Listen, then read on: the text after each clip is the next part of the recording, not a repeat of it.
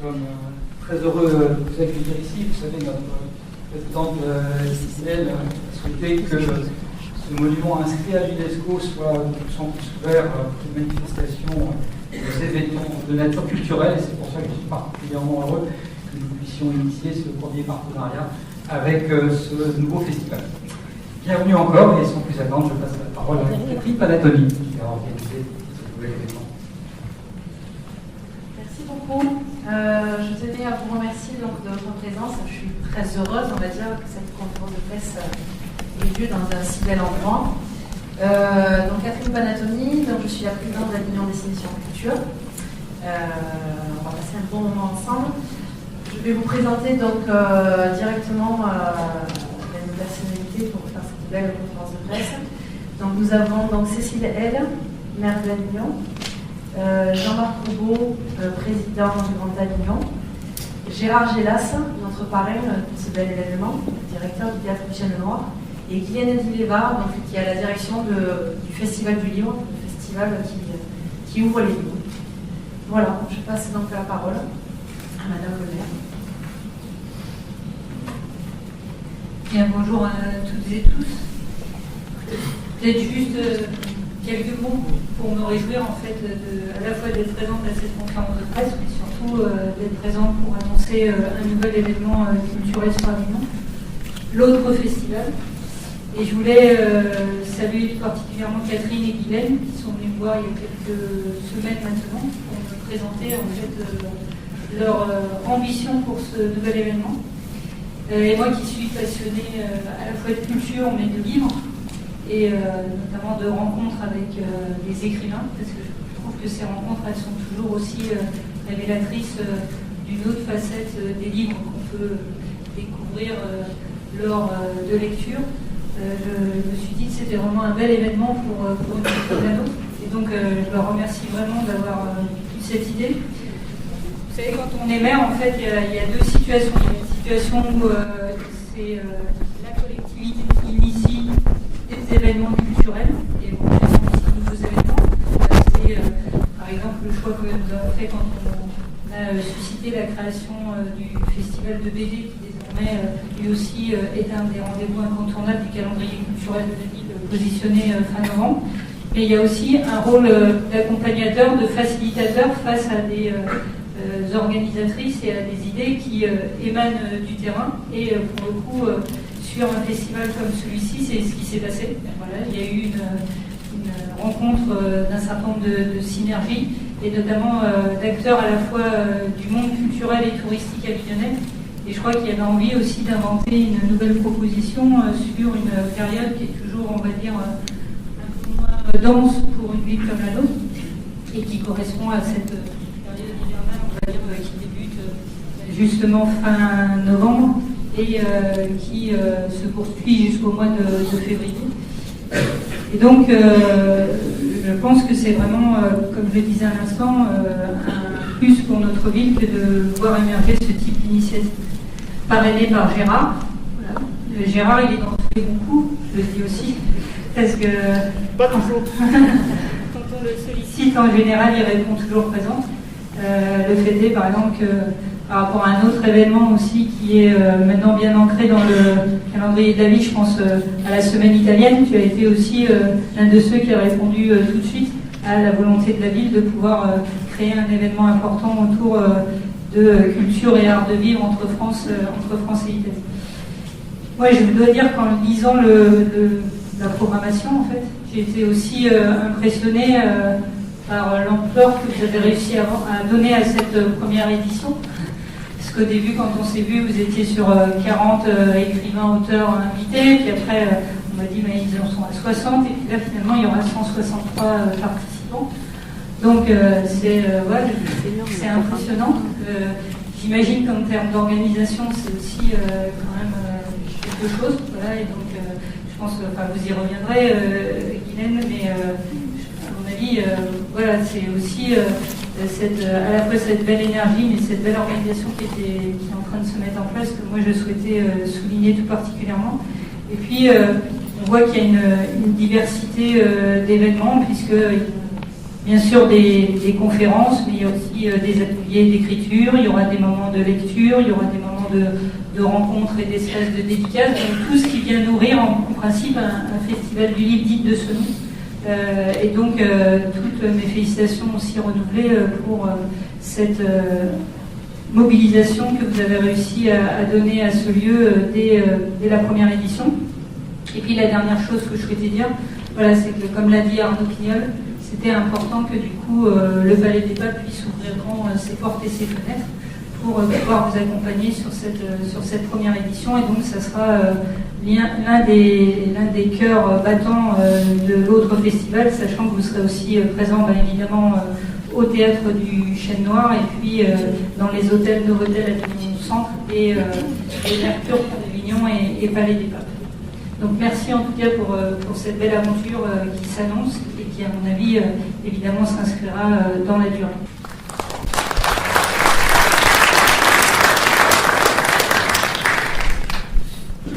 Merci le maire, mesdames, messieurs, chers amis. Je suis aussi ravi d'être là pour une raison très simple, c'est que nous sentons tous ensemble que ce sera une très belle manifestation, une très belle réussite. Je voudrais féliciter Catherine et Guylaine ainsi que leur équipe, je sais qu'elles ne sont pas toutes seules dans cette belle aventure, de ces prémices de cette réussite. Je pense que vous avez réussi à mettre tous les ingrédients, à créer cette alchimie subtile qui consiste à fédérer pour arriver à un but qui vous était très cher. Et je suis très heureux aussi que Gérard Gelas ait accepté d'être le parrain au sens noble du terme, bien entendu, parce que sa caution intellectuelle et culturelle est elle aussi importante au plan local, mais aussi dans le cadre du rayonnement qui est le sien, dans son action qui est reconnue par chacun. Je suis très heureux aussi que vous ayez associé une autre forme de culture, à savoir la gastronomie qui fait partie de nos gènes et qui est un facteur d'activité également. Alors, c'est vrai que vous aussi, lorsque vous êtes venu me voir, j'ai senti cette détermination qui mène à la réussite, mais aussi cette envie de faire quelque chose pour la ville d'Avignon qui vous passionne et dans laquelle vous êtes extrêmement impliqué, et dans le cadre de vos activités qui sont bien sûr des activités touristiques pour l'essentiel. Donc nous étions avec Madame le maire la semaine dernière, ici même au Palais des Papes, pour présenter le nouveau site de l'Office de tourisme de Avignon Tourisme et du Grand Avignon. Et dans les priorités que nous avons fixées, c'était d'étendre la saison touristique en dehors des périodes classiques de l'été et de l'automne. Et par cette manifestation, vous venez corroborer ce choix et cette volonté que nous avons, parce qu'il est important que des manifestations aient lieu tout au long de l'année pour faire vivre l'activité économique, pour faire vivre la ville et pour faire vivre l'activité, les activités culturelles. Donc Catherine, bravo à vous et à toute votre équipe. Et puis, de manière un peu plus personnelle, je voudrais vous dire que cette manifestation est pour moi importante parce que dans ce beau pays qu'est la France, on fait des constats, il y a des sociologues qui font des études, mais on ne tire jamais les conséquences. Alors on s'aperçoit qu'en 2018, la vente de livres a régressé, on s'aperçoit depuis des années et des années que l'analphabétisme progresse, que l'illettrisme progresse, et puis ce constat passe aux oubliettes et personne ne fait rien. Donc avec cette manifestation, vous venez ici, localement, apporter une partie de la réponse. Je le sais bien, mais il faut que tout le monde soit mobilisé. En tout cas, c'est ce que j'ai fait en tant que maire de Villeneuve-les-Avignon il y a une dizaine d'années, lorsque j'ai créé le Festival du Polar, qui me semblait un genre un peu plus facile pour permettre l'accès à tous à la lecture. Et cette manifestation, depuis cette décennie, ne s'est jamais affaiblie. C'est une manifestation qui connaît un grand succès. Donc je vous souhaite le même succès parce que vous méritez, et je vous souhaite le même succès parce que nous en avons besoin, et vive la lecture. Je vous remercie.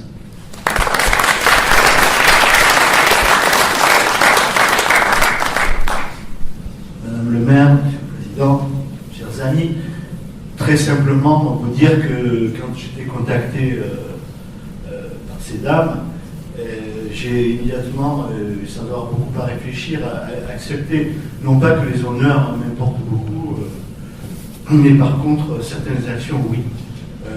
Donc ce n'était pas le titre qui m'intéressait, mais le fond d'action qui m'était proposé, à savoir la lecture, comme vient de dire M. le Président, à savoir que, effectivement, notre pays est un pays privilégié pour ceux qui voyagent beaucoup, et j'en suis, vous le savez, par rapport à beaucoup de pays. Moi qui suis beaucoup en Chine, par exemple, c'est vrai que les librairies, on les cherche. Hein. Je prends un grand pays, mais bon, il y en a d'autres intermédiaires. Donc c'est vrai qu'on est encore des privilégiés, mais on est des privilégiés en baisse, c'est-à-dire que la tendance n'est pas bonne, effectivement. Et donc, parler du livre à Avignon, qui est une ville que je ne résumerai pas la culture, hein, personnellement, mais ville dans laquelle la culture a la place que vous connaissez, c'est effectivement, pour moi, c'était une évidence qu'il fallait soutenir cette action. Qui plus est, à titre tout à fait personnel, c'est vrai que ma vie a toujours... alors là, tenez-vous bien, parce que comme j'ai l'année de vol, l'exposé va être très long, à partir du moment où je parle de ma vie. Les sandwichs, etc. Il y a de l'eau. Mais ma vie personnelle a toujours été basée avec les écrivains. C'est vrai que pour le petit texte que je vous ai donné pour notre programme, je parle de mes contacts, de mes liens avec Laurence Durel, par exemple, mais tant d'autres. Et ça a toujours été sous-jacent à mon écriture personnelle, et il faut bien le dire aussi au travail du Théâtre du Chêne Noir, parce que contrairement à ce que disait il y a quelques années l'éminent directeur de festival à Avignon, qui disait le texte est fini, etc. Bon, c'est vrai qu'il faut toujours créer des modes pour exister, n'est-ce pas? Mais bon, non, le texte c'est le centre de beaucoup de choses dans le théâtre, c'est le centre, en ce qui me concerne, de tout.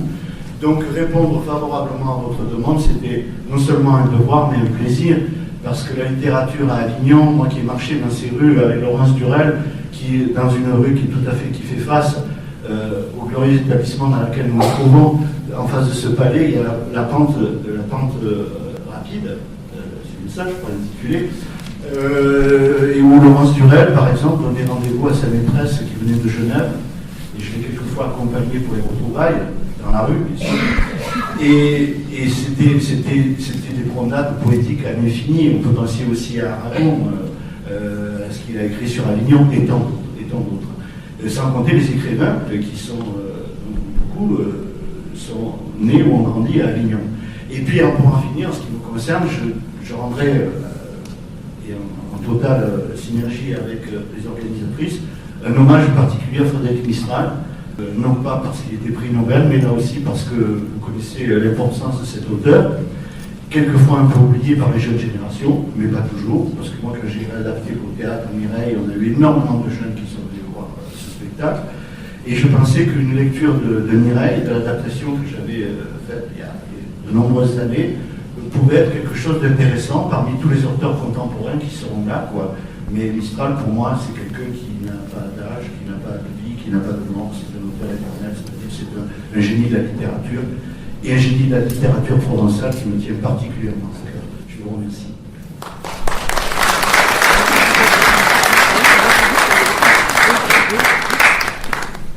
Bonjour à tous. Moi, je suis Guylaine Dileva, donc directrice de ce festival du livre.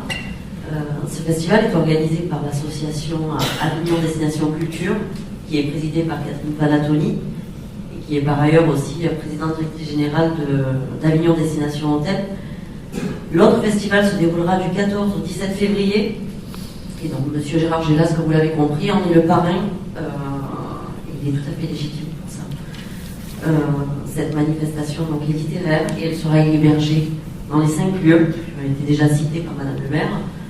Donc je vais reprendre le Théâtre du Chêne Noir, le Palais des Papes, Novotel Avignon Centre, Mercure Pont d'Avignon et Mercure Palais des Papes. L'autre festival a pour but de réintégrer l'écriture et la lecture dans notre société, pour retrouver le plaisir des mots et surtout restituer une place majeure à l'imaginaire. Ce beau projet est construit sur des fondamentaux tels que la transmission, la culture, la pédagogie, l'échange, le respect et surtout, l'inclusion et la tolérance. Cet autre festival est ouvert et accessible à tous. Il est différent et populaire. À mon sens, il ressemble peu à sa terre d'accueil, notre belle cité d'Avignon. Nous remercions Dominique Lotte, chargé de presse, pour pour ce travail acharné et son énergie débordante. Nous remercions aussi l'INC Organisation, M. Nicolas Mèvre, qui contribue à l'organisation complexe de ce festival. Nous remercions les libraires, Cultura, Loville, la Comédie Humaine, car sans eux, le festival ne saurait être complet. Nous tenons à remercier en particulier la mairie d'Avignon, Avignon Tourisme et le Grand Avignon, la collaboration des fournisseurs prestataires des hôtels et les disciples d'Escoffier, qui vont nous préparer de belles surprises la soirée du 17. Le soutien financier aussi de nos mécènes, qui ont cru en ce projet humain et commun. Et je tiens à remercier pour finir les écoles Louis Gros maternelle, Saint-Jean-Baptiste de la Salle Centre-Ville et l'école Robert Desnos d'Entraigues pour la participation active de leurs élèves. Voilà. Je vous remercie.